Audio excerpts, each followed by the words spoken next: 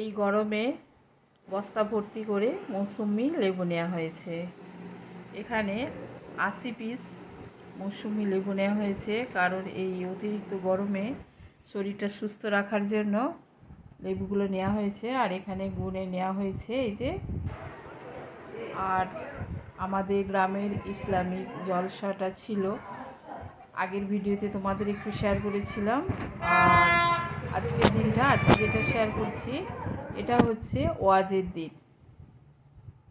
তো দেখো, এটা আমি রান্নাঘরের ভিতর থেকে আমি ভিডিওটা করেছি, একদম আমার একদম বাড়ির কাছেই একদম এই যে জলসাটা হচ্ছে।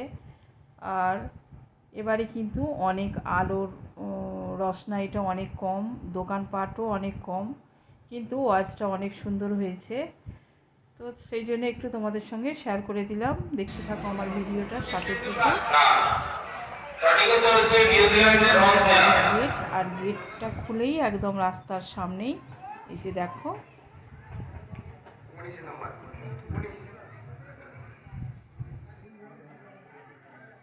ভলিবল খেলার প্রথম প্রচলন হয় কোন দেশে? কোন দেশে প্রথম ভলিবল খেলার প্রচলন হয়?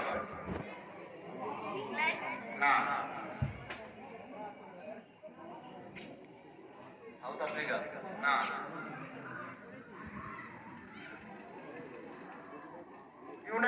কোন স্টেশনে একসময় টিকিট চেকারের কাজ করতেন?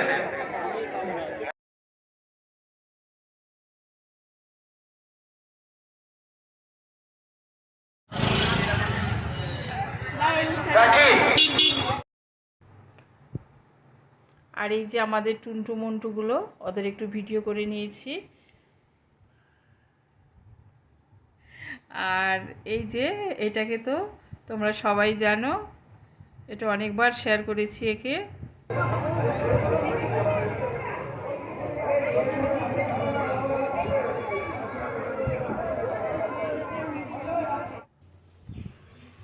এটা হচ্ছে তার পরের দিন সকালবেলা।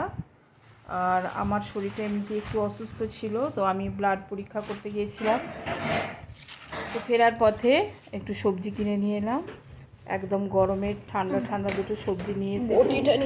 আর সবজিগুলো একদম খুব হালকা করেই রান্না করব। দেখতে থাকো ভিডিওটা। অতিরিক্ত গরমে না ভিডিও ছাড়তে ইচ্ছা করছে, আর না কারোর ভিডিও দেখতে ইচ্ছা করছে, একদম ভালো লাগছে না।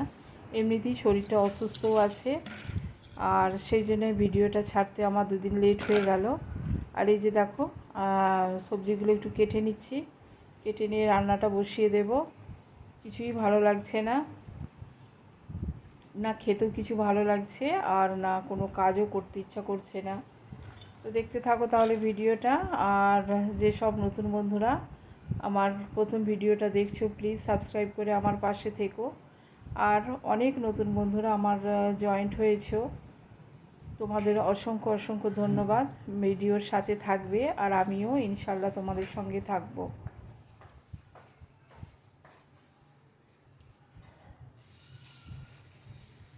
তো এগুলো কেটে কুটে রান্নাটা করব, ভিডিওটা দেখতে থাকো তাহলে। ভিডিওটা এখনো পর্যন্ত যারা আছো, প্লিজ লাইক দাওনি, একটা লাইক দিয়ে দাও।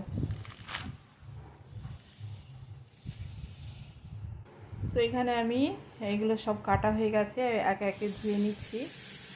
আর পুঁই শাকটা কয়েকটা ঝিঙে দিয়েছি, আলু দিয়েছি, আর মসুর ডাল দিয়ে এমনি সেজে বসাবো। আর এই ঝিঙে রান্নাটা, এটাও একদম হালকা মশলা দিয়ে রান্না করব।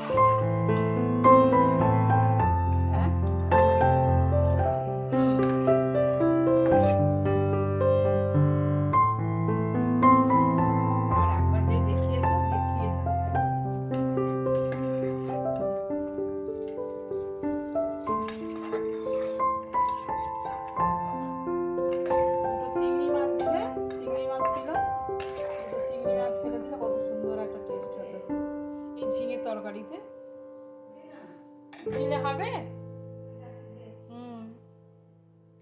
দিলে তারপরে ওরা খাবে না।